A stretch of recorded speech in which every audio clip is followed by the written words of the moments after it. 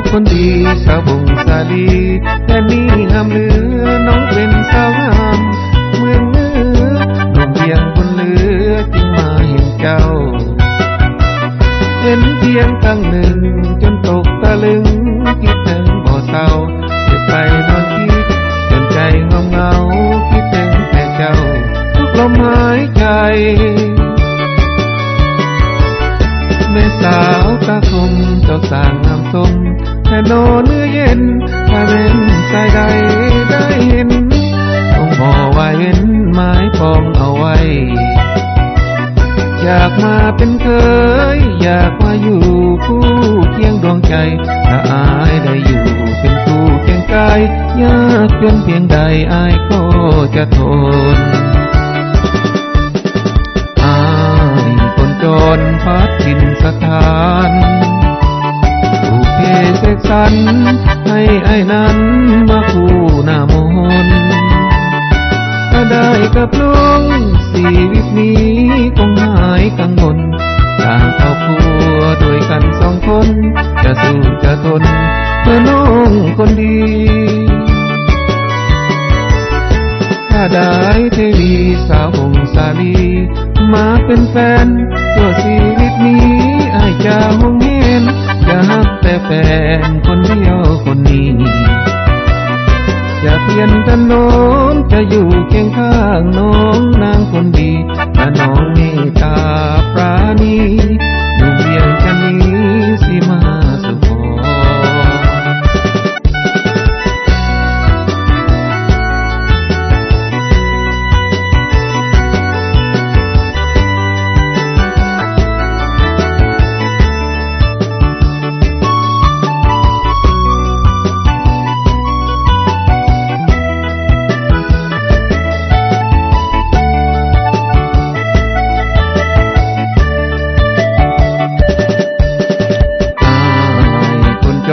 พัดถิ่นสถานผู้เพเสกสรรให้อายนั้นมาคู่หน้ามนถ้าได้กับน้องชีวิตนี้คงหายกังวลสร้างครอบครัวด้วยกันสองคนจะสู้จะทนเพื่อน้องคนดีถ้าได้เทวีสาวหงสาลีมาเป็นแฟนชั่วชีวิตนี้อายจะหงเห็นจะฮักแต่แฟนคนเดียวคนนี้จะเพียงแค่น้องจะอยู่เคียงข้างน้องนางคนดีแต่น้องเมตตาปราณีนุ่มเพียงกันนี้สิมาสุข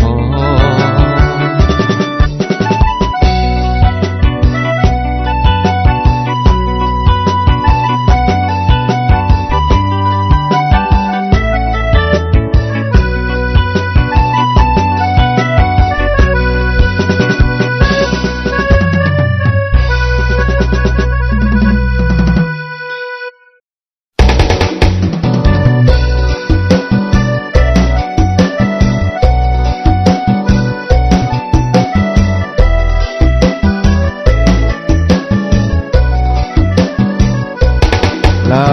ก่อนนงสาวหงสาลีมาแล้วขอให้สุขีแสนสาลีวัดแก้วลือสา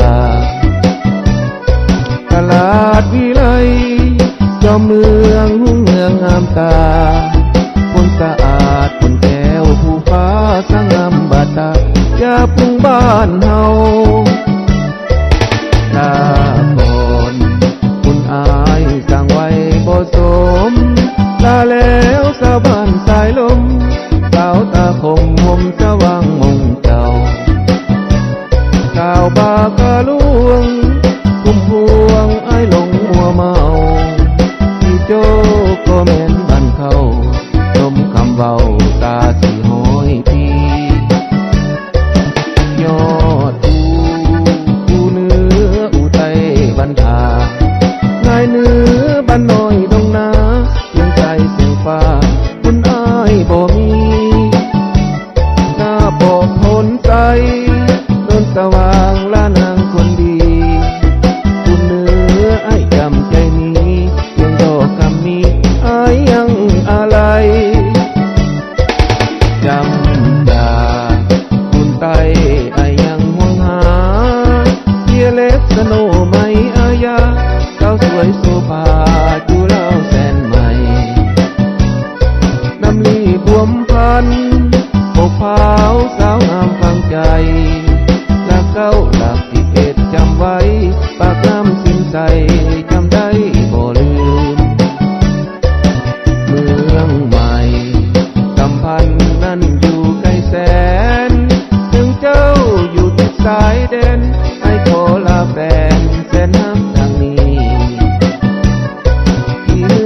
สาว